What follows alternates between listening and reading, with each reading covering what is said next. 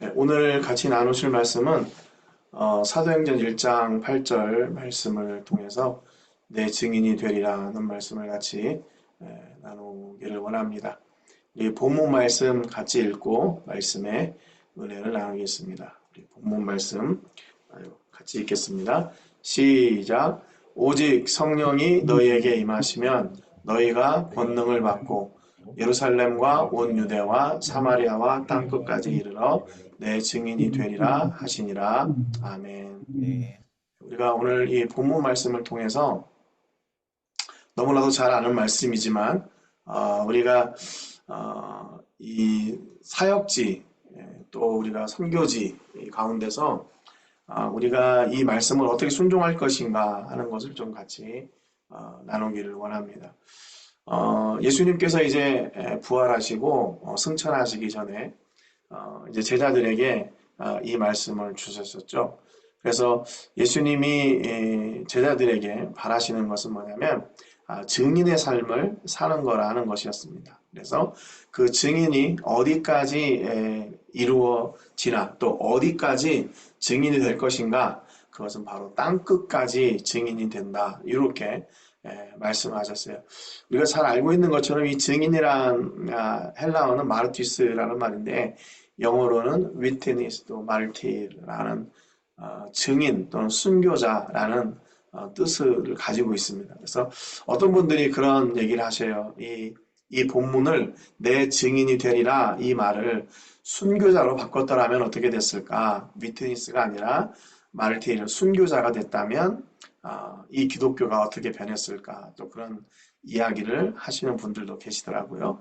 그러나 저희가 우리가 하나님께서 옮겨 심으신 그곳에서 우리가 해야 될 일들이 뭔가 바로 증인의 역할을 감당하는 건데, 여기 보면 오직 성령이 너희에게 임하시면 너희가 권능을 받고 예루살렘과 온 유대와 사마리아와 땅끝까지라고 이렇게 얘기를 하셨습니다. 예수님 당시에도 세계관이 땅끝이라고 하는 그런 세계관이 있었던 거죠. 그래서 땅끝이 있다라고 생각을 했던 겁니다. 근데 지금 우리가 이제 지구의 어떤 지구가 이렇게 둥그렇다 하는 것을 이미 다 알고 있는 상황에서, 그러면 지금 우리가 살고 있는 땅끝은 어딘가? 그래서 이제 단순히 요즘은 우리 지역뿐만 아니라 지금 우리가 지역을 살면서 전 세계를 함께 살아나가고 있는 그런 시대를 살고 있는 거죠. 그래서 학자들이 이걸 정리해 놓은 게 있어요. 지구에 인구가 100명이 있다면 그 지구의 어떤 분포는 어떻게 되나, 인구들의 분포. 그리고 그런 게 있는데, 아시아에 사는 사람은 61명, 아프리카에 13명, 유럽에 12명, 그리고 남아메리카, 또 중부 아메리카, 캐리비안에 8명, 또 북미에 5명, 또 오세아니아에 1명 이래요. 여기도 보면 젠더, 남자 여자가 50대 50이더라고요. 몇 년 전에는 이게 49대 51 이렇게 됐었는데, 아무튼 그렇고, 도시에 살고 있는 사람들이 51명, 그리고 아직 이런 그 농촌에 살고 있는 사람이 49명. 사용하는 언어들은 중국어가 제일 많이 사용을 하고요. 그 다음에 스페니시, 아라비, 힌두, 그 다음에 벵갈, 포르투게, 러시안, 제페니스. 여기가 지금 이 영어가 빠져 있는데, 보통 영어하고 스페니시하고 2, 3등을 이렇게 다투고 있더라고요. 또 그래서 이거는 조금 이제 이건 좀 잘못 계산을 한 것 같아요. 그리고 여기 보면 이제 종교, 크리스찬 33명, 무슬림이 22명, 힌두가 14명, 불교가 7명, 그리고 다른 종교, 무교 이렇게 돼 있고요. 또 83명은 그래도 문맹률이 없고, 문맹률은 17명 정도가 이렇게 읽고 쓰지 못하는 그런, 요즘은 그런 시대가 됐고요.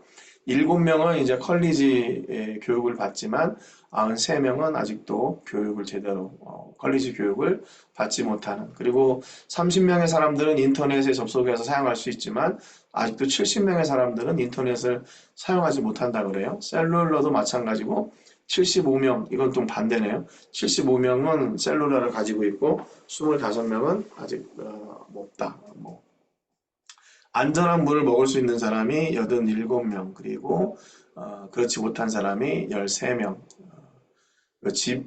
뭐 편안한 안식처가 있는 사람이 77명, 그리고 그렇지 않은 사람이 23명.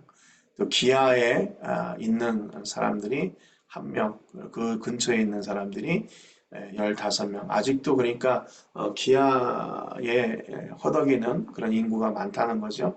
그리고 매일 2달러 이하로 사는 사람들이 48명이나 된다는 거예요. 그러니까 거의 뭐 50% 정도가 50% 조금 안 되는 그 인구가 하루 2달러 이하의 돈으로 사는 그런 시대라는 겁니다. 여기 보면 이제 앞에서는 이제 100명이 지구의 인구라면 여기는 100명의 크리스찬이라면 100명의 크리스찬이라면 2020년 에딘버러 대학에서 만든 통계인데요. 100명의 크리스찬이 있다면 그 중에 26명은 아프리카에 있고 라틴 아메리카에 24명, 그리고 유럽에 23명, 아시아에 15명, 그 다음에 북아메리카에 11명, 오세아니아에 1명. 이 라틴 아메리카라는 건요, 북미, 그 문화를 중심으로 해서 나누는 그런 구분이에요. 그래서 라틴 아메리카는 멕시코를 포함한 이 중미로부터 중남미까지를 라틴 아메리카라고 그러고 북아메리카는 이제 미국, 캐나다 그렇게 이야기를 합니다. 그래서 아무튼 아메리카 대륙에 그래도 35명의 크리스찬들이 있다. 그래서 그래도 괜찮다. 많은 사람들이 예수를 믿는다. 그런데 이제 여기에는 이제 그 뒤에 가서 보겠지만 기독교는 기독교인데 이제 프로테스탄트가 아닌 이런 천주교 인구가 많이 있어서 좀 그렇게 된 거고요. 믿는 사람 중에 47명은 인터넷을 사용하지 못하고 그다음에 53명은 인터넷에 사용할 수 있는 그 지역에, 이건 이제 지역을 얘기하는 거예요. 그 지역에 살고 있다는 겁니다. 그리고 교육 수준도 65명은 이제 중등교육까지 마치지만 나머지 35명은 아직 그러지 못하고, 안전한 물을 사용할 수 있는 사람 86명, 그러지 못한 사람들이 14명. 그리고 여기 보면 이제 사용하는 언어, 100명의 그리스도인들 중에 사용하는 언어, 스페니시가 16명, 영어가 10명, 포르투갈가 8명, 러시아어 5명, 만다린 중국어죠 3명, 프렌치 2명, 따갈로그 필리핀어인데 2명, 그다음에 독일 2, 그다음에 폴리시 2명, 그 이외의 언어들입니다. 그래서 그래도 스페니시권에 있는 사람들이 예수를 많이 믿는다. 물론 이제 아까도 말씀드렸지만 이 종교 보면 나올 텐데 47명이 카톨릭이에요. 그러니까 에스파뇰 사용하는 사람들이 기독교 인구가 높은 거는 이 카톨릭 인구가 많기 때문에 그런 거죠. 그 다음에 개신교가 22명, 그다음에 독립교단이 15명, 그 다음에 정교회가 11명, 그 이외에 5명 이렇게 있고요. 그 다음에 성 정체성, 이게 뭐 논란이 되고 있는 그런 지역에 사는 사람들이 11명, 그러니까 성 정체성에 대한 논란이 되고 있는 지역에 살고 있는 사람이 11명이라고 이렇게 봅니다. 그 다음에 아이들 영아 사망률 85명은 괜찮고 2명이 아직 그 위험에 노출되어 있다는 겁니다. 66명은 이제 병원에 쉽게 접근할 수 있는 지역에 사시는 분들이고 34명은 이제 그런 혜택을 받지 못하는 곳에 살고 있다는 겁니다. 지금 이제 우리가 나가야 될 세계, 또 우리가 거하고 있는 이 주변의 상황들이 이런 거죠. 그래서 우리가 여기에서 그러면 어떻게 할 것인가? 땅끝까지 이르러 증인이 되라 그랬는데 우리는 그 증인되는 그 사명을 마태복음 28장 19절 20절에 지상명령을 가지고 우리가 그 증인의 삶을 살려고 이렇게 접목을 시킵니다. 그래서 그러므로 너희는 가서 모든 민족을 제자로 삼아 아버지와 아들과 성령의 이름으로 세례를 베풀고 내가 너에게 분부한 모든 것을 가르쳐 지키게 하라. 볼지어다 내가 세상 끝날까지 너희와 항상 함께 있으리라 하시니라. 그래서 이제 이 말씀도 잘 아시는 것처럼 이제 한 가지가 명령이고 나머지 세 개가 현재 진행 분사. 그래서 제사로 삼는 것이 목적이고 나머지 세 개가 이제 그거를 이렇게 제자 삼는 그 방법을 이렇게 가르쳐 준다. 이제 이렇게 합니다. 그래서 우리가 딱 증인의 사명을 살 때 그 땅 가운데서 어떻게 해야 되나 사역도 해야 되고 그 사역을 위한 준비를 해야 되고 언어도 좀 이렇게 훈련하고 또 펀드레이징도 하고 기도 후원자, 교회 발굴, 그다음에 인간 관계, 또 자기 개발 뭐 그런 거 있죠. 자기 관리, 뭐 재정 관리, 시간 관리 뭐 이런 것들을 많이 이렇게 준비를 하고 또 그것이 우리가 증인이 되는 어떤 밑거름 발판이 될 수 있습니다. 근데 이걸 준비하지 않고는 또 우리가 제자 삼는 일을 온전히 할 수가 없는 거죠. 그런데 이제 이렇게 선교지에 있다 보니까 이제 그런 생각들이 계속 드는 거예요. 내가 너희에게 분부한 모든 것을 가르쳐 지키게 하라. 볼지어다. 내가 세상 끝날까지 너희와 항상 함께 있으리라. 이제 우리가 사역, 어떤 뭐 그 눈에 보이는 것을 준비하는 데는 이게 답이 있어요.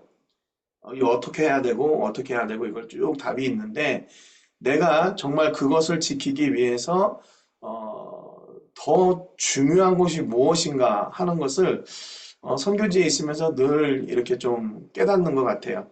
그래서 내가 하는 사역인가 아니면 내가 그 여기 뒤에 약속하고 있는 파란색으로 볼지어다 내가 세상 끝날까지 너희와 항상 함께 있으리라는 그분의 은혜를 누리는 것이 중요한가? 이게 어떤 게 더 중요한가? 선교사는 분명히 사역이 우리를 증명하니까 그거를 또 놓칠 수가 없죠. 그 사역을 놓칠 수가 없어요. 내가 사역을 하지 않고 나 선교사고 나는 하나님을 마음껏 누립니다. 뭐 이렇게 한다고 해서 그것을 알아주는 사람도 없고 그러니까 이게 늘 현장에 있는 사람들의 어떻게 보면 고민인 것 같아요. 고민이에요.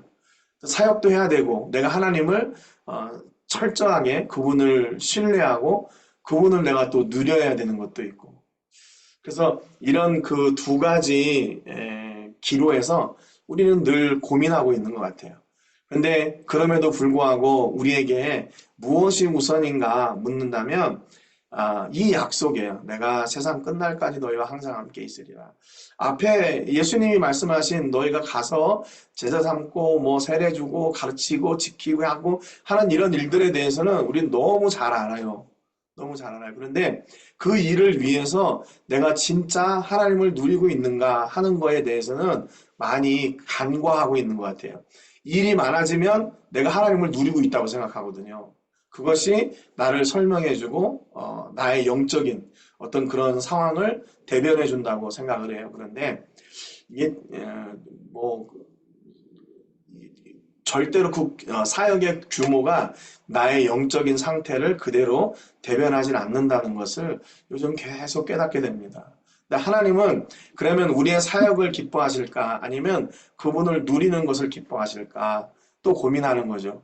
어떻게 하는 것이 하나님이 기뻐하시는 일일까? 내린 결론은 그분을 누리는 것을 하나님은 더 기뻐하실 것이다 라는 거예요. 그게 이제 저의 결론이에요. 그래서 내가 사역을 하되 그 사역 가운데서 하나님이 계시고 그분으로 인해 내가 기쁘고 즐거운가 이것을 매번 확인하고 이 사역을 해 나가는 거죠. 그래서 요한일서 4장 16절에 보니까 하나님은 우리를 사랑하시는 사랑을 우리가 알고 믿었노니 하나님은 사랑이시라. 사랑 안에 거하는 자는 하나님 안에 거하고 하나님도 그의 안에 거하시느니라 그랬어요. 하나님을 누린다는 것은 그럼 뭘까요? 하나님을 누린다는 거, 그 하나님의 사랑이 우리 안에 있다는 거예요. 그래서 모든 사역 또는 뭐 모든 삶, 모든 것이 그분의 사랑으로 집약되는 거죠.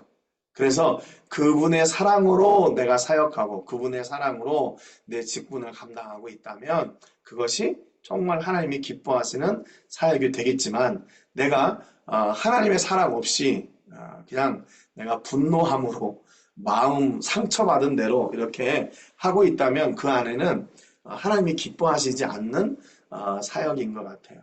근데 사역 가운데서 늘 그런 시기가 있는 것 같아요. 우리의 마음을 이렇게 다치게 하는 경우, 클로징 되게 하는 경우, 또 우리 마음이 상처받게 되는 경우, 그런 일들이 뭐 현지인을 통해서든지 또 사역을 통해서든지 아니면 뭐 후원자들을 통해서든지 뭐 이런 여러 가지 그 상황 속에서 우리의 마음이 계속 이렇게 다치게 되는 그런 상황들이 있는 것 같아요.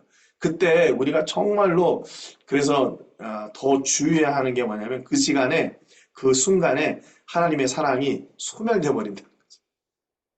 하나님의 사랑이 내 안에 가득했다가 내 마음이 상처받고 남을 미워하고 불평하고 원망하기 시작하면 그때 하나님의 사랑이 순식간에 소멸돼 버리는 거죠. 그래서 하나님을 향한 기쁨, 하나님께서 주신 그 생명의 은혜로 했던 모든 일들이 다 그냥 물거품처럼 사라져 버리게 되는 거예요. 그래서 하나님으로 말미암아 그분이 함께 하시는 것을 누리면서 증인이 되는 삶은 뭔가 그분의 사랑이 내 안에 지속하여 있는 거예요. 그분의 사랑으로 내가 증인의 삶을 사는 거라는 겁니다. 그래서 여기 보니까 고린도전서 10장 31절, 고린도전서 16장 14절에 보니까 이게 모든 일에 대해서 어떻게 하라고 명령하신 말씀이 있더라고요. 그런즉 너희가 먹든지 마시든지 무엇을 하든지 다 하나님의 영광을 위해서 하라.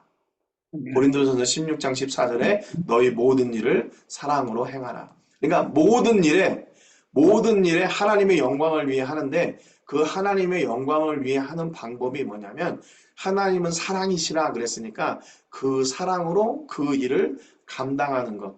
그것이 예수님께서 우리에게 주신 증인의 역할을 또 증인의 사명을 감당하는 것이고 증인이 되는 방법이라는 겁니다. 우리는 어떤 사역이나 어떤 관계나 아니면 재정이나 아니면 건물이나 이런 것들로 얼마든지 할 수 있다고 생각하는 경우가 많이 있거든요. 그런데 저는 그 팬데믹 기간에 그런 걸 깨달았어요. 야, 이게 다 부질없는 거구나. 부질없는 거구나. 하나님이 함께 하시지 않으면 이 부질없는 일이구나. 그래서 늘 하나님이 작은 일에도 하나님이 함께 하셔야 되고 매 걸음마다 하나님이 함께 하시는데 그 키가 뭐냐, 핵심이 뭐냐, 바로 하나님의 사랑이라는 거였어요. 사랑. 그러니까 하나님의 사랑이 없을 때는 메말라가지고 이렇게 막 저 자신도 우리 현지 성도님들에게 불평하고 왜 저렇게 할까? 왜 저렇게밖에 안 될까? 여기 진짜 멕시코는 안 돼. 막 이런 이야기들이 그냥 아주 서스럼 없이 나오는 경우가 많이 있더라고요. 그래서 증인이 되는 또 하나님의 사명을 감당하는 그 사역의 코어는 바로 하나님의 사랑이라는 겁니다. 그래서 사람을 바꾸는 게 뭘까? 사람을 바꾸는 게 그래서 앞에 너희가 가서 뭐 세례주고 가르치고 지키게 하고 하는 그런 거 있잖아요. 그런 것으로 사람이 변할까? 네. 그렇게 가르쳐서 변하는 것보다 하나님의 사랑을 입었을 때 변하는 확률이 더 크고 하나님의 사랑으로 변하는 사람이 더 변하지 않을 다시 그 죄악으로 돌아가지 않을 확률이 더 큰 것 같아요. 그러니까 우리가 어떤 일을 하든지 내 안에 하나님을 향한 그 사랑이 있다면 그 사랑으로 말미암아 내가 그 일을 감당할 수 있게 되는 것이고 그 하나님의 사랑으로 사랑하는 그 사역이 내가 온전히 그리스도의 증인이 되는 거라는 겁니다.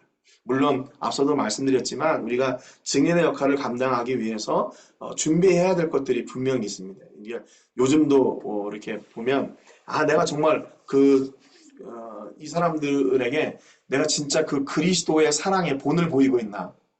이게 늘 요즘은 이렇게 질문이 되더라고요. 그래서 저 자신을 이렇게 돌아보게 되고 다시 새롭게 해야 되는데 하는 그런 저 자신으로 하여금 이렇게 채찍질을 하면서 그 자리에 다시 서게 되는 그런 과정들을 겪어가고 있는 것 같아요. 근데 그렇게 하나님의 사랑이 다시 회복되고 그 사랑으로 내가 다시 이렇게 풍성해지는 그 방법은 뭔가 다른 게 아니라 말씀이었던 것 같아요. 그래서 말씀으로 내 안에 그 말씀이 충만해질 때 내가 곁길로 가려고 해도 다시 돌아서게 되고 곁길로 가려고 해도 다시 회복되어지고 그래서 정말 하나님이 기뻐하시는 가장 최고의 가치가 눈에 보이는 것이 아니라 우리 안에 하나님께서 이미 주신 그 하나님의 사랑이라는 것. 그래서 우리가 다른 것이 무기가 아니라 우리에게 이미 주신 그 하나님의 사랑이 우리의 무기라는 것을 깨닫고 무엇을 하든지 그분의 사랑으로 무엇을 하든지 그분의 사랑으로 그분의 영광을 위해서 그분의 사랑으로 감당하는 그런 제가 되어야겠다 이런 결단을 했습니다. 그래서 우리가 어디에 있든지 그 사역의 가장 중심에 우리 하나님의 사랑이 거하고 또 뭐 가정이나 자녀들이나 또 교회나 이런 사역들 앞에서 내 안에 하나님의 사랑이 있나 내가 저분들을 진짜 그리스도의 사랑으로 대하고 있나 하는 것을 같이 확인하고 누리면서 나가는 우리 귀한 공동체가 되었으면 좋겠습니다. 그리고 그렇게 하나님의 사랑으로 일할 수 있도록 함께 기도해 주시는 은혜가 있기를 바랍니다. 제가 기도하고 마치겠습니다. 하나님 아버지 감사드립니다.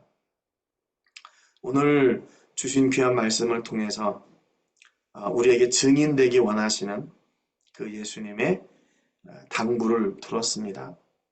그런데 우리는 그 증인되는 방법을 무엇을 이루어내는 것이 증인되는 것인 줄 잘못 알고 있었던 때가 있었습니다. 무엇을 이루는 것이 증인되는 일이라면 일이 되지 않을 때는 우리는 낙심하게 되고 또 그것으로 인해서 절망과 또 실패를 맛보게 됩니다. 그런데 우리 예수님의 약속은 우리를 홀로 버려두지 않으시고 우리가 예수님께서 주신 그 사명의 자리에 설 때 변함없이 우리와 함께 하셔서 우리의 사랑이신 그 하나님의 사랑을 우리 안에 심으시고 그 사랑으로 귀한 사역을 감당할 수 있도록 도우신 줄로 믿습니다. 하나님, 우리가 사역 가운데 지치지 않게 하시고 낙심하지 않게 하시고 또한 우리가 이 사역을 증인의 사역을 살아갈 수 있도록 잘 준비되게 하시되 우리 안에 하나님의 사랑이 자리 잡게 하셔서 그 사랑으로 이웃을 대하게 하시고 그 사랑으로 우리의 동역자들을 대하게 하시고 그 사랑으로 우리의 전도 대상자들을 대할 수 있도록 도와주옵소서. 그래서 우리를 통해 그 하나님의 사랑이 보여지게 하시고 증거되고 선포되게 하여 주옵소서. 감사드리고 예수님의 이름으로 기도합니다. 아멘. 아멘.